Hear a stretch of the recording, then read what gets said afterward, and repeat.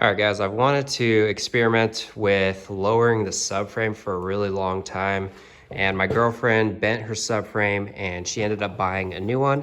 So it gave me a chance to take the plunge on this one and just see what happens. So basically on the subframe here, you can see there's this is that bar that's underneath the plastic. And what I did was I moved this hole in 10 mil to there, so I left as much meat on there and there. So basically the smallest amount that I could take away by drilling a new hole, and then I chopped that piece off there.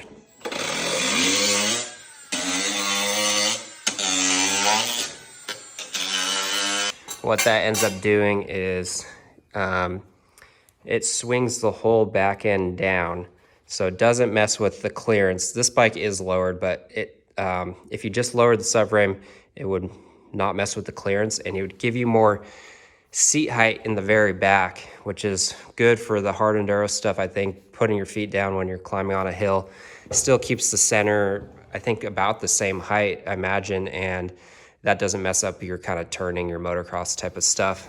But the problem is it ended up, because I had to take off so much material there, it exponentially kind of, because it's at an arc, it takes way more off in the back. Like, I don't know what it is. I'll measure the before and after, but over the axle standing up, or we'll go right to the sag, 32 3/4 right at the sag line. So, you know, that's a lot to take off in the back, more than I wanted. But the big problem really is what's going on here. You can see this is kind of the line that's normally there. And that ends up taking away. So that moved about a 1 3/4 inch difference than what it was before. And all these holes in here also moved different. So, you know, this hole there, that's like an inch off. This hole here for the seat, that's probably an inch off. I wasn't able to get, there's some bolts under here that bolts this in, which I couldn't get off, which I don't think that's a big deal. These ones I could probably drill a new hole if I wanted to, but then you'd have to put a nut under there. This one would be tricky on the TPIs because it has this weird kind of setup with a long bolt. I could probably do it on my 2018, which has the bolt holes or the threads in the seat itself. But basically, I think what I've learned is that you can't take off that much. You can't take off the 10 mil here, whatever that is, 3/8 of an inch or so.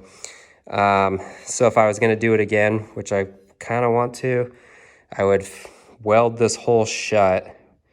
It's aluminum, so you have to TIG it or get a spool gun for the MIG, I guess. Weld that shut and then drill it kind of closer, so just moving it just a couple millimeters in, and then maybe that's enough that you could, you know, lower this less and the holes still line up, but you still get a little bit more clearance in the back. And then the other thing, the problem is, you know, the tire is going to hit there, so I don't know if in the shock, you'd put some kind of bumper in there so it kind of stops before it hits the frame or something. If anyone's experimented with this or thought about it, you know, let me know in the comments if you have any ideas. Another idea could be to cut this and then weld in a bolt with like 2 nuts, and then you could kind of expand this. So you could kind of, with it on the bike, you could adjust it out as much as you can for all the holes to line up, and then you know exactly how much. And maybe that's strong enough, maybe it's not. You know, we bend these subframes, I'm not sure. But yeah, just something interesting to think about, you know, just getting more clearance for the back of the bike when you're doing those pivot turns. You're up on the side of the hill trying to get traction. You know, it's hard with the short legs to kind of touch when the bike goes at an angle up. And I don't think that's really that important to have it go up in the back. So yeah, let me know if you have any suggestions. I'll keep playing with this, so.